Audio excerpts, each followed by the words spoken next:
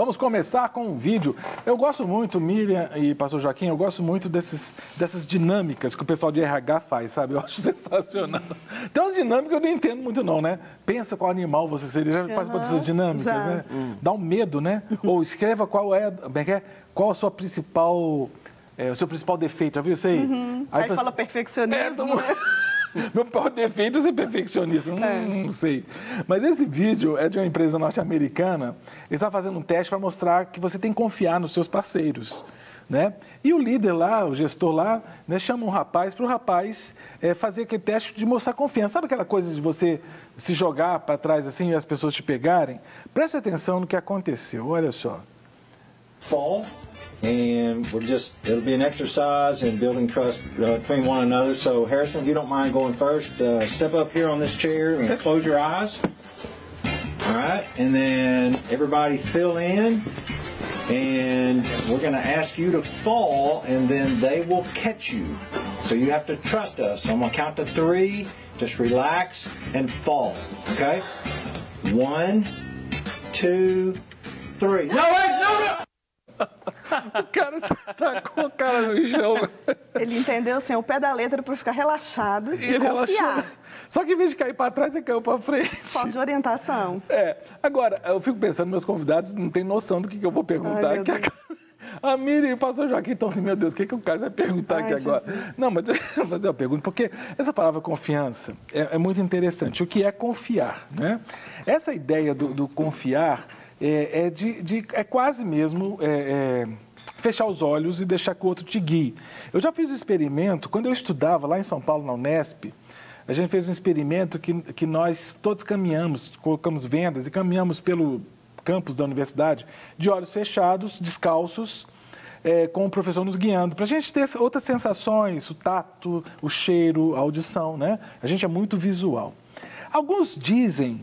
né? E a palavra de Deus também tem um conceito de fé. Mas alguns dizem que a fé é cega, né? Que a fé é um salto no escuro. A gente viu ali que aquele cara teve fé que os outros o pegariam. E, de fato, o pegariam, só que ele foi para o lado errado. Quando a gente pensa em fé como um salto no escuro, alguns acham o seguinte, não, confiar em Deus pode ser igual aquele cara, a gente vai pular no lugar errado. Porque ele teve fé, né? Mas o fé era algo que não o segurava porque não tinha ninguém ali. Qual que é a segurança que a minha fé em Deus não é um salto no escuro, mas eu vou cair de cara no chão? Qual a segurança que a minha fé é em algo sólido, que eu vou cair para trás e vai ter Deus me segurando ali?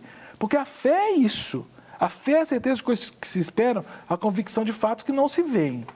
Qual que é a segurança? Já parou para pensar nisso? Uma coisa louca, né? Que eu estou crendo na coisa certa mesmo? Que eu estou perdendo meu tempo? Mas apesar da gente não ver, a gente tem a convicção da direção.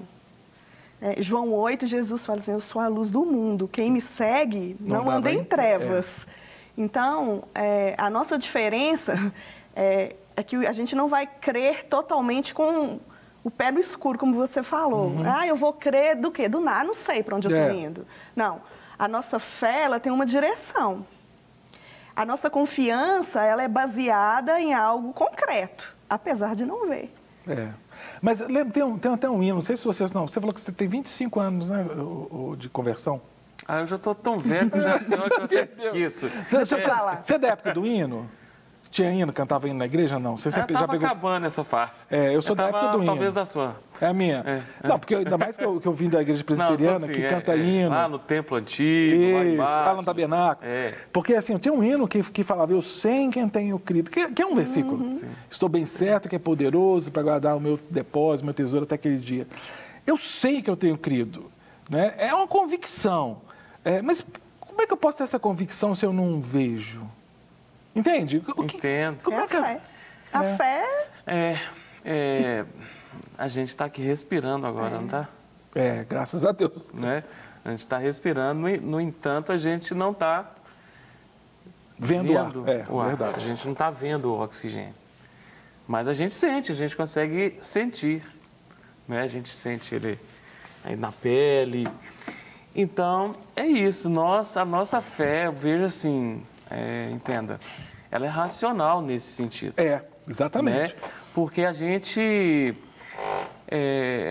Eu escolhi, posso dizer assim, não, Cristo que me escolheu, correto? Calvinisticamente falando, sim. Né? Mas eu cheguei um momento na minha vida que eu quero, eu quero seguir, né? Então, assim, essa coisa assim, do racional no sentido, a Bíblia também fala, lâmpada para os meus pés é a tua palavra. Então, eu me guio por isso, né? Eu me guio por isso. Eu tô lembrando Tem aquelas musiquinhas antigas, não olha a circunstância, né? Então, eu me guio. Entregou a idade agora. Você cantou uma pré-histórica, filho. 4.8. Então já tá rodado. Tá rodado. Né? Então, assim, dessa forma, ela é racional. Porque, Paulo, eu tô teologizando muito, viu, Mira? Você que é teólogo aí. Mas, assim, é sério isso, cara. Porque eu fico pensando, eu já tenho, assim, de vida cristã, já uma boa rodagem, quase 40 anos. Se Cristo não morreu e ressuscitou, morreu até que não tem dúvida que ele morreu, porque a história conta isso. A ressurreição, há evidências também da ressurreição. Mas se Cristo não ressuscitou, eu perdi minha vida. A fé em vão. Exato. Porque Paulo fala isso. Para mim, o viver é Cristo, o morrer é lucro. Que é sério, cara. Se for, você entende? A minha fé, entenda, eu creio realmente... É por isso que até a fé vem de Deus. É. Não é um dom nosso, não é algo, um mérito meu. Eu quero crer, eu tenho a capacidade de crer. Não, até a sua fé, a gente é tão incapacitado, né? A gente é tão pequeno que até a fé vem de Deus. E assim, esse questionamento, Cássio, eu entendo que é porque a gente tem tanta limitação da entrega, no confiar, porque a gente quer estar no controle de toda a situação da nossa vida. Quando a gente perde o controle, quando Deus fala assim, deixa comigo, né, sai do comando que eu comando, a gente tem essa dificuldade. Quando um pai de família perde o emprego, por exemplo, agora ele não é mais o provedor da casa. Estou dando um exemplo básico aqui. Ele desestrutura por quê? Porque ele acha que é com a força do braço dele que ele consegue manter o cotidiano da casa dele. E aí, quando você... Vou dar um outro exemplo. Você vai ser missionário lá na África, a partir de agora eu que vou te manter. Gente, isso é uma loucura, né? Assim, para nós que somos cristãos, é só Deus para colocar uma confiança dessa no nosso coração. Só quem foi missionário transcultural sabe o que é isso. Só. Chegar no final do mês não chegar a oferta. Loucura. Você fica, sabe, você fica... E aí, né? E aí? É muito sério. E quem está em volta não entende. Por isso que as coisas de Deus às vezes parecem loucura, né? Loucura. Agora, eu vou citar, né, um versículo que fala assim, dono de toda ciência, sabedoria e poder. Conhece esse versículo? Não. O dá-me de beber da água da vida. É do Preto no Branco, versículo 4, capítulo 13. Né? Mas é um cântico que está bombando aí, né? Assim, desde o ano passado, né? Mas fala que ninguém explica Deus. Eu concordo com a proposta do compositor. Agora, a Bíblia fala em Romanos que nosso culto tem que ser racional. Porque a gente tem que saber da razão da nossa esperança. Como é que a gente harmoniza isso? Assim, não dá para explicar Deus mesmo. Mas como é que eu posso dar razão da minha fé? Vocês entendem? Como é que eu explico para uma pessoa em quem eu creio? Deus, ele se revela a todo tempo para você, à medida que você o busca. Então, talvez, Cássio, o nível de revelação de Deus que eu tenho não seja o mesmo que você tenha, ou que o pastor Joaquim tenha.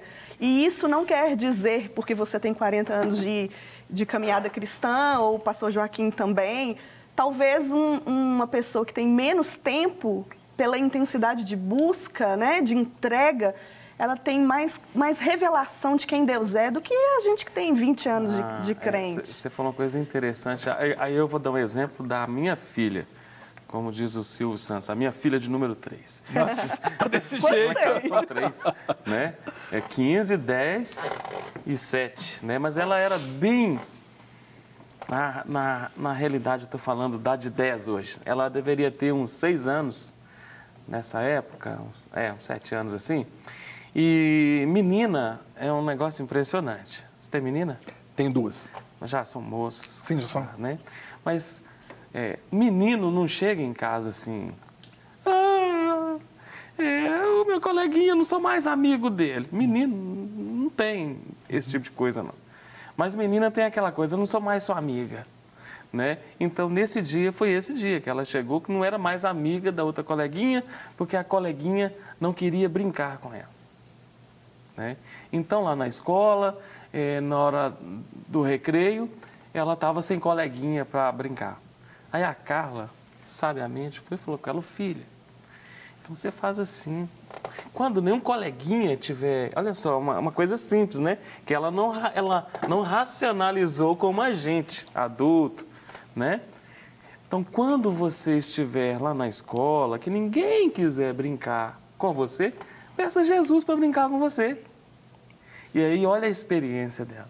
Ela estava um dia na escola, desse dia que não tem minha amiga, né, não é mais minha amiga. E para a criança é terrível isso. Né? Isso. Então, ela estava no balanço, né? E não estava brincando com ninguém. E ela nos relatou, assim, até emocionante, porque ela disse que ela sentiu alguém empurrando ela, só que não tinha ninguém. Então, ela falou: foi Jesus que brincou comigo. Olha o manto aí, olha o manto, olha o mistério, olha o mistério. Entende? Rapaz, é sensacional isso, hein, cara? E criança tem muita experiência com Deus, né? É. Agora, voltando à sua pergunta, como a gente pode revelar Deus às pessoas, né? Se você crê em algo que você não vê, como que você ensina isso? Eu citei João 8 aqui, que Jesus fala que ele é a luz do mundo. Sabe por quê? Que contexto que Jesus fala que ele é a luz do mundo? Ele estava na festa dos tabernáculos. E um dos procedimentos que tinham na festa era acender tochas grandes ali na festa para iluminar todo o local. Então, ele olha para aquela luz e fala: eu sou a luz do mundo. Ele faz uma analogia. Da mesma forma que ele fala: eu sou a água viva, eles pegavam a água do cântaro, levavam até o altar. Naquele momento que eles faziam, ele fala: eu sou a água viva. Então, à medida que as coisas estão acontecendo na festa dos tabernáculos, capítulo 7 e 8, Jesus está dizendo quem ele é. E depois, em Mateus capítulo 5, ele vai dizer assim: vós sois a luz do mundo. Ele transfere essa identidade a nós. Então, eu vejo da seguinte forma, Cássio: qual que é a utilidade da luz? É iluminar aquilo que está obscuro e trazer orientação. Voltando ao vídeo que nós vimos ali, ele teve que fechar os olhos e confiar. Essa iluminação, para nós, não é algo simplesmente uma luz que está acesa. É algo interior, é uma iluminação interna. É uma revelação que vem de Deus, do próprio Espírito. E aí você só realmente consegue revelar Cristo quando você tem um bom testemunho de Cristo. Sim, sim. E aí, né, eu não sei quem falou, se foi Francisco, eu não sei quem foi que falou, agora perdi. Mas alguém falou assim: se você tiver que pregar, pregue com palavras. Então, às vezes, o nosso testemunho tem sido... Se precisar, pregue com palavras. O nosso testemunho tem sido tão ruim. Eu fico pensando assim: você quer abrir uma célula na sua casa. Eu quero abrir, vou abrir uma célula.